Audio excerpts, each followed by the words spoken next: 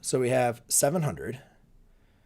All right, so we can do 4 persons. So what's it going to do from that? That's going to be from 0 to 4. So that's going to be $700, right, is the cost. Now that's going to be restricted. Let's just call this f of x.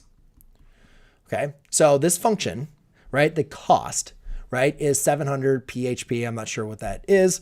So we have the PHP 700. Okay, so that's going to be only 4. Now, obviously, it's going to be a guide, which is going to be, now we could say 0.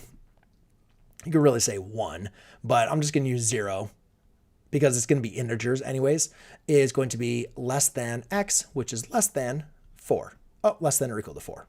Okay, so you can have 4. That's the maximum. But obviously you can't have less than, you can't have 0 because that wouldn't make any sense. But you can have 1. And obviously this is going to be integers. Okay, so anytime when you have between 0 or 4, then, or I guess we could just say 1 because you're not going to have less than 1, right? So let's just say that. I think that would work. Between 1 and 4, it's going to cost you $700. Okay, for having a tour guide.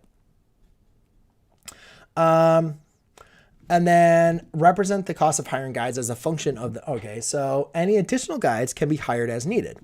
Okay, well, now again, the problem is, we don't know how much it's going to cost for the additional guides. So that's what I was looking for. Yeah, I remember reading this. So we have a cost of hiring additional guides as a function of the number of tourists. So let's say X equals the number of tourists. Okay.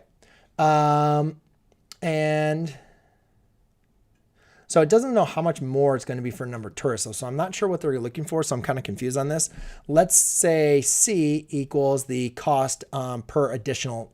So per additional tourist. So cost. Oops.